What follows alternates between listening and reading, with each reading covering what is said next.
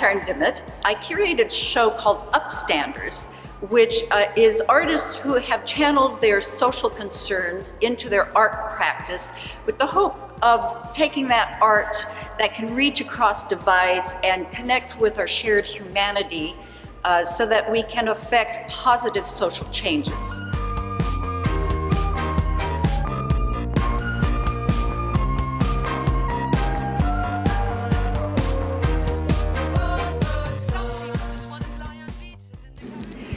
Tell us how you got so intently into focusing on social justice issues.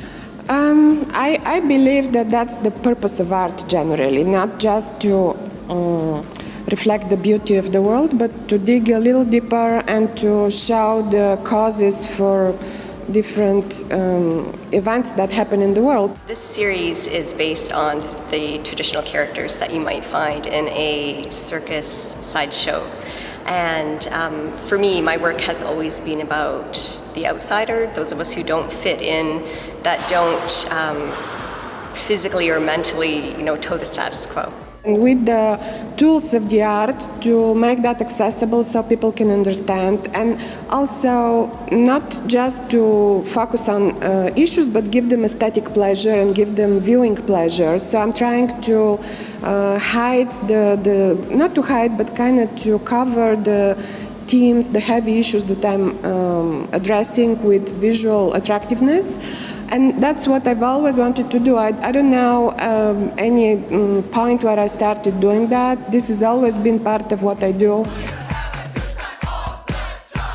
I'm using these traditional characters as archetypes, and I hope that they're going to activate a dialogue around acceptance, not only of each other, but acceptance of ourselves. The events in the world continue, but what we do is we make people stop for a moment and make them think, and you never know who's gonna see your work. You affect younger generations, you affect politicians. So in this way, art definitely changes the world. And when you see go back in history and see the human progress, we can't deny it. There is a human progress. And many times the artists have been the first one to bring it out and to raise awareness. And that's how we do it. But we might not see it in our lifetime. But what we do definitely has an impact on things, on the world. Each of these figures has underlying layers where on the outside it might seem that they're very comfortable with their otherness.